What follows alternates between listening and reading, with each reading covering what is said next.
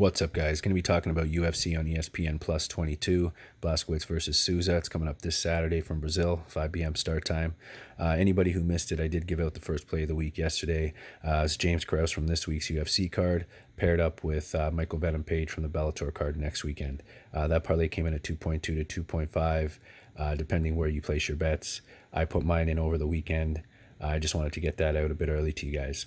As far as this card, I do see a few plays that I like. I'll cover those in this video, and then anything, any of the fights that I don't cover, I will go over post weigh-ins as I have previous weeks. Probably early Friday afternoon, you'll see the video go up, and I'll also have a video going up tomorrow for the Bellator card coming up Thursday night.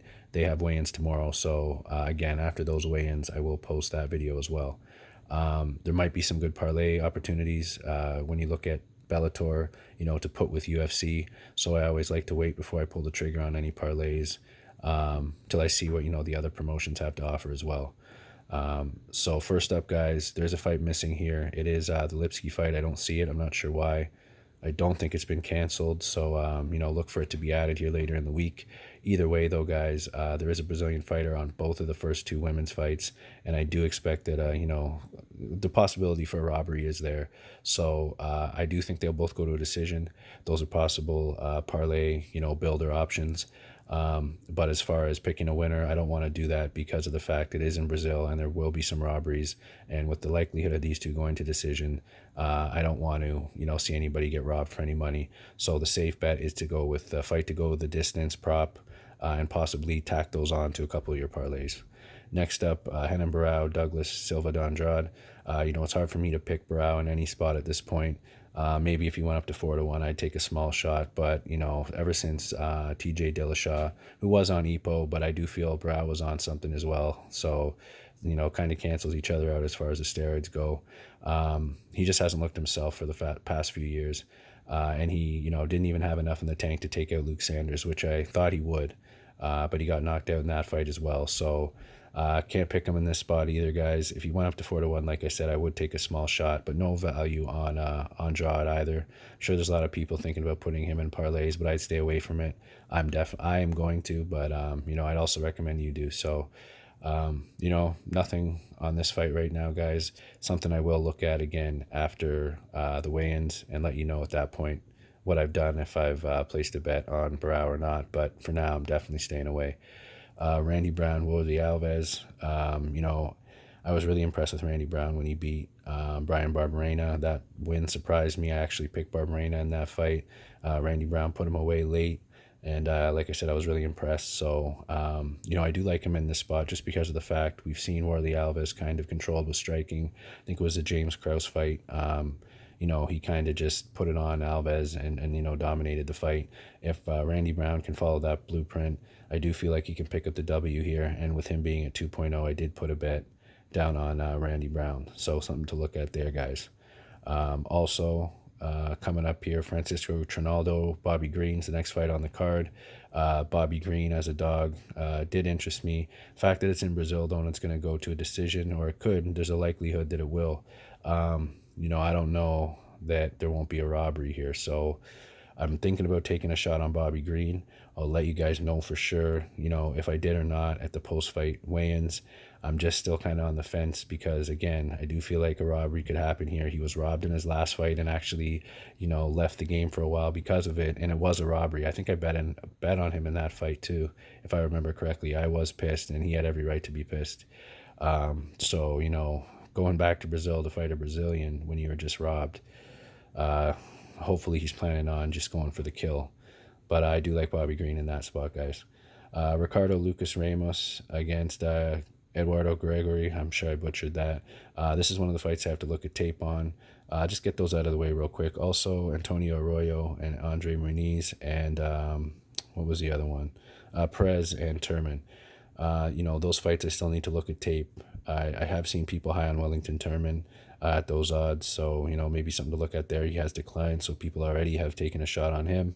And then Arroyo and Muniz. Arroyo's coming off the Contender Series, I believe. I have to look into Muniz, though, so I don't want to give any advice until I look more into that. So again, after the weigh-ins, I will come back and cover any of the fights that I haven't in this video. So next up, guys, Sergio Moraes and James Krause talked about this. It's part of the parlay. I do like Krause to win that fight. Marcus Perez is okay, so that's another one we'll get back to the weigh-ins.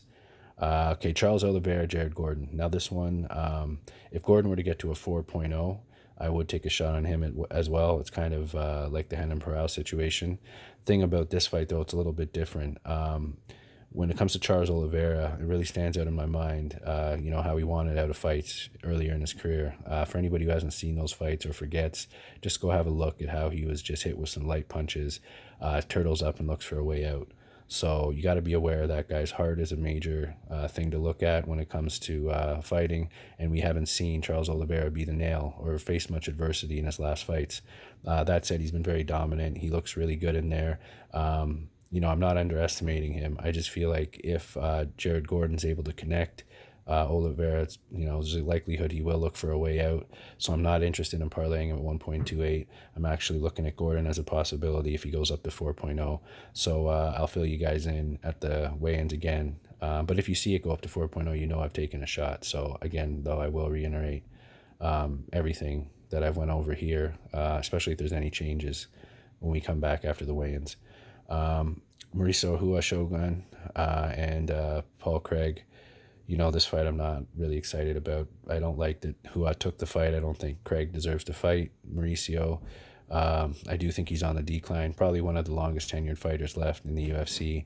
He was fighting in Pride years ago. He's fought everybody, been in all types of wars. Nothing but respect for Shogun. But I don't really like this fight. Doesn't really make a lot of sense to me. The odds aren't that great at all. They're not no real value. I do like Hua to win. 5-10 years ago, of course, he would have ran through Paul Craig, but there's some people thinking Craig has a shot. Maybe he does have a small shot, but I'm still going to go with Hua here, guys. I'm not going to take a bet. I'm just going to stay away from it. Jan Blachowicz and Ronaldo Souza. This is probably the hardest one for me to pick on the card, guys. Souza does actually look good. I did see a stare down today, and he looks big. I thought that Blachowicz would have a size advantage, but doesn't look to be like that. So I don't know if he'll be able to get Blachowicz to the ground. He has really nasty jiu-jitsu. I would say the value's on him the way the odds are, but I'm not going to be taking a shot right now. Maybe if the odds got a little bit crazy and he went up to 3-1, I'd look at that. But I do feel like he's kind of on the decline, and Blachowicz is kind of on his way up. He's definitely going to be hungry for this win. So I am going to lean towards Blachowicz, but no bet. Just to go over the bets that I am going to take or some of the props. Again, guys, before we wrap this up, the two women's fights, I do like to go to decision. I like Randy Brown to beat Warley Alves. He's a dog. Possibly Bobby Green. He's at 2.0 as well, so those two fighters are plus money. And then James Krause in the parlay. Maybe Jared Gordon if he goes up as well. So there are a few options for bets. Now, when the Bellator card comes out tomorrow, I'll probably give some parlay options. But right now, there's just a few builders there that you can look at, with the decisions and things like that. So I'm sure some more opportunities will arise throughout the week. There will be some line movement.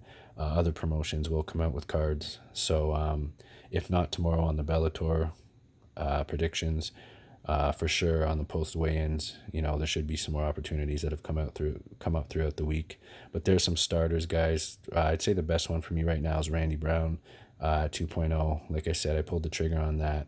And possibly next up will be Bobby Green. But again, I'll let you guys know.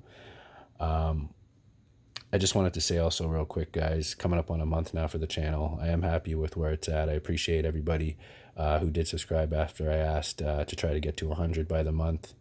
I think there's still probably like 3 or 4 days, but even if we don't hit that 100, it has gone up a lot since I asked for that. So I do appreciate everybody who did. And still at about 50% of people who watch the videos haven't subscribed. So if you do find value in them, I'd appreciate it if you hit the subscribe button.